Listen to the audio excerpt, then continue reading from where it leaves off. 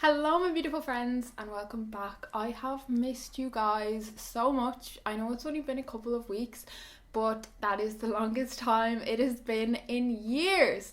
So I'm very happy to be back sitting down chatting with you guys. I thought today we would just do a little bit of an answering questions I've been avoiding. These are questions you guys just sent in over on Instagram, things you wanted to know, and just, ease myself back into the filming thing. There's been a lot of stuff going on which I will talk about in another video. But before we dive right on into the questions, I just wanted to share something with you guys that I feel a lot of you will really benefit out of, especially given the whole year we have had and the fact that most of us are currently back in another lockdown. So it's called Big Sister Swap, and today's video is very kindly sponsored by Big Sister Swap, which I'm so excited about. Like, wait until you hear. So Big Sister Swap is the world's first and only personalized swapping service. So they allow customers to send in their unwanted clothes for pre-loved clothes, which are handpicked to your size and your style and all of that jazz. It is unreal. Like, I have had a ball doing this, and I'm going to be doing so much more of this. I feel like this is amazing for doing like a clear out of your wardrobe, and you can swap in some of your clothes and then get gorgeous pieces in return.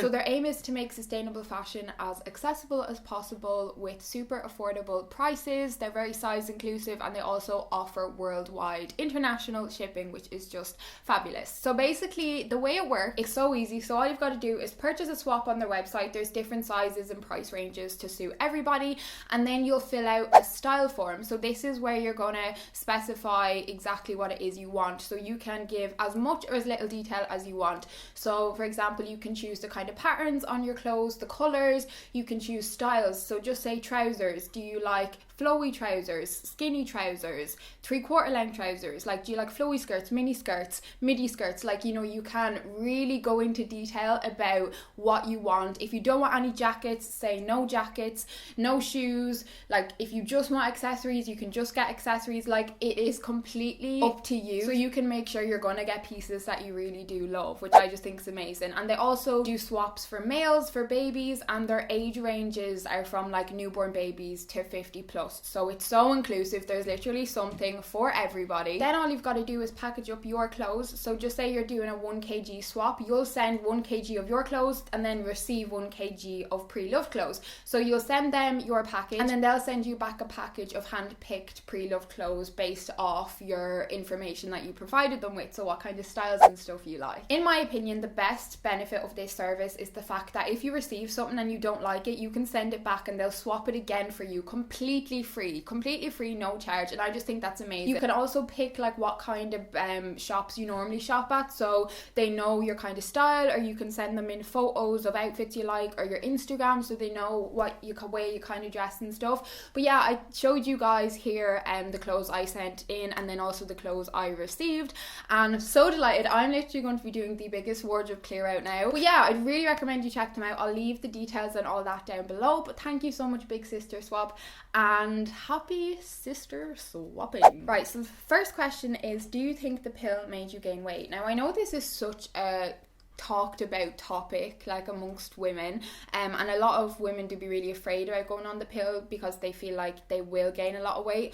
It was actually a concern of mine before I ever went on the pill. I feel like it's such a funny one because I don't think it makes you gain weight. You will hold more water, so you'll hold more water weight, but I don't feel like it makes you gain weight at all to the point that it can be portrayed to make you gain weight. I'd say with me, I gained a lot of water retention. I wouldn't say weight, it was just more so water retention. Like, my boobs definitely got bigger. Like, I'd say 1 to 2 cup sizes bigger my boobs got on the pill, and just holding a bit more water. But it was nothing that I was like, oh my god, like I didn't wake up one day and be like, geez, I've just put on 2 stone overnight. Like, it wasn't nothing like that. It was very minimal, and when I came off the pill, that water retention just went, because obviously I wasn't pumping my body with the hormones anymore. While we're on the topic of the pill, somebody asked, how is going off the pill going? Well, now it's great. I feel like it's completely out of my system now, but it was awful. Like, I'd say for a good month after coming off the pill, my moods were like very all over the place, and I feel like it was my body trying to regulate my hormones again. Because I've got PCOS as well, I feel like my body had to work even that extra little bit harder to like get my hormones back to where they should be, where they should be in my body, wherever that is. I'm really, really glad I came off it though. Like, honestly, like, I already feel so much clearer in my head. Like, it was 100%, it definitely changed my personality again. I remember talking about this when I went on Diana. I was on Diana for 5 years. That really messed me up.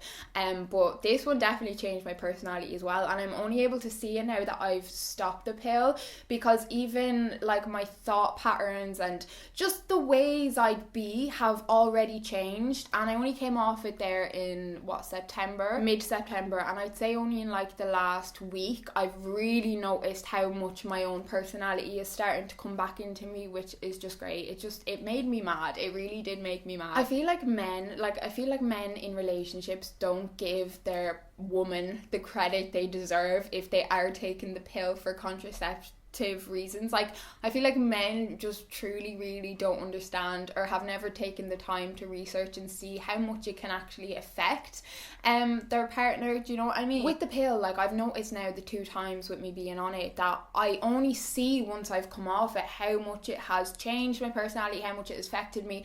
It's much harder to notice and to tell when you're on it, because you're just taking it day in, day out. You know, when you're living your life day in, day out, it's very hard to like go, oh, yeah, it changed on Tuesday, I started acting funny. Like, you know, it just doesn't work like that. It's only when you come off something and you can kind of look back in hindsight and be like, what the hell, who was that was not me. A few of you guys then asked, what are you going using for contraception now you've come off the pill? Well, I am just going to be sticking to condoms now for the foreseeable future. I just am not putting any more hormones in my body or anything like that. I don't even want to go down the coil route, not yet. I just feel like my body has been messed with so much since I was 15, and I just feel like I need to give it a bit of time just to like do its own thing, and I feel like that will really help my brain as well.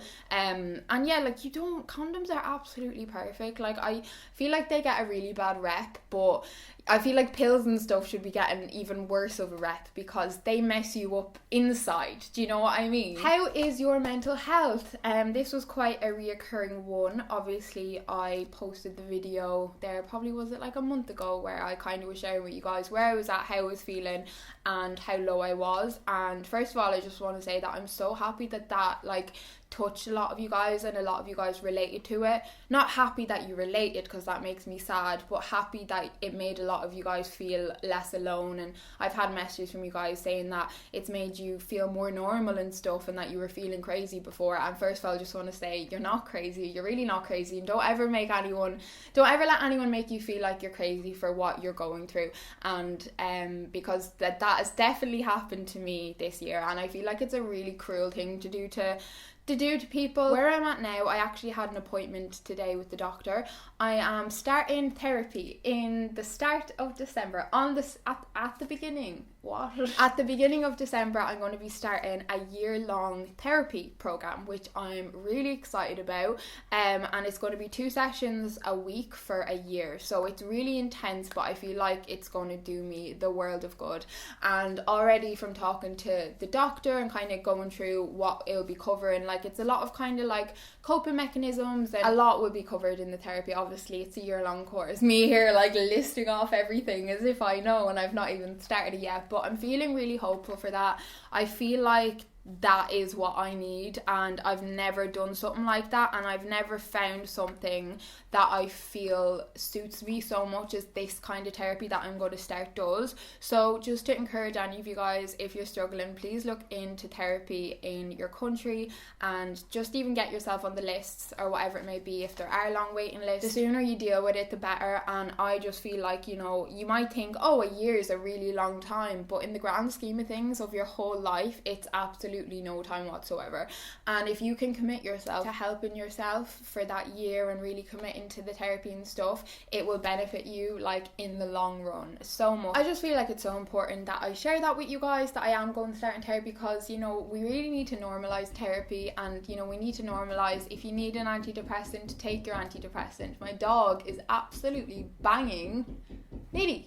I wish I heard more people talking about that they were going to therapy, or they were starting therapy, or they were in therapy, or just kind of talking about the subject as a whole, because I feel like it's something that a lot of people keep to themselves and don't really want to share. But then it makes it like this taboo thing, and like, oh, going to therapy so bad, and like, don't you dare tell anybody because you shouldn't need therapy. But really, I think we all need a therapist. I really believe that we all need a therapist in this world. I have not met one person who I don't think needs a therapist. Not one person. And if that doesn't say something, then I don't know what does. I really don't know. I was actually meant to say at the beginning of the video and I forgot. I feel like a lot of you guys are going to know I have moved back home. That is a story for another day. I'm not going to go into that right now.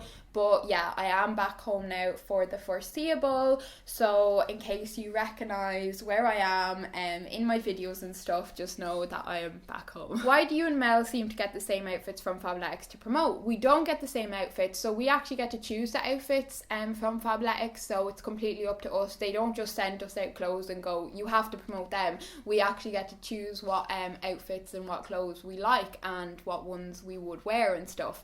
So it's very like genuine and stuff like that, and sometimes we just happen to pick the same outfits. Like, we never talk about what outfits she's picking, what outfits I'm picking. We just pick what we like. So that's all that's happening there. What's the hardest thing you've had to go through this past year? I don't even know where to begin. I feel like this is a story for another day as well. I'd say having my mental health used against me, and I'd say being taken completely for granted in absolutely and every single which way. Yeah, let's just leave it at that for now. This is a reoccurring question I always get, and I've gotten it for years, and it's, why do you keep your mom off camera? So it's normally like, why do I keep my family, my parents, stuff like that. My family are just very private people. They have no interest in being on the camera. It's not their thing. I feel like your average person would feel the same way as well. Like, if you lined up 10 people, I'd say probably only about 2 of them, maybe 3, 4, there's 5, 6, 7, 8, 9, 10. I'd say maybe only 3 or 4 of them would be comfortable in front of a camera, and then you'd have the majority, so maybe like 6 or 7 people who wouldn't be comfortable in front of it. And I feel like there is absolutely nothing wrong with that, and I of course will respect anybody's wishes. If someone doesn't want to be on camera, that's fine. If they do, great, like, come on in. So yeah, it's nothing deep, it's literally just that. But I get on so well with my mum. I get on really well with both my parents, but I'd be lost without my mum, absolutely lost, right? Have you ever fallen in love with someone that didn't feel the same way? I feel like love is such a strong word. Like, so I personally don't feel like you can truly love someone, like really properly love, like unconditional love, unless you really know them. Do you know what I mean? Like, unless you've spent a lot of time around that person. My camera cut off. What I was basically saying was, unless you know the bad stuff as well as the good stuff. Like, it's so easy to like know everything great, all the positives about someone. We all have positives, we all have negatives. Find me one person that doesn't. We all have both of them. And, you know, if you only know the good bits of somebody, you could be like, oh, I love them. But I don't think that's love. Like, that's infatuation, that's lust, that's like a desire for someone.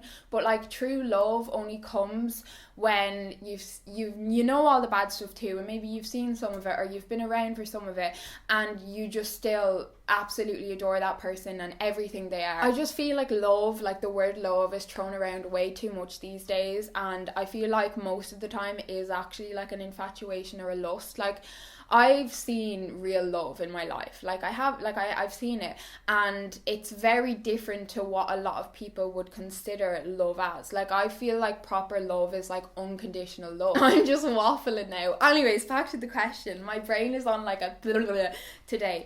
I've definitely like been so infatuated with someone and like felt like I was falling in love with them. but I wouldn't say it was love. It couldn't have been love because I didn't know them on that deep level. But I have definitely had a lot more feelings than the other person had for me.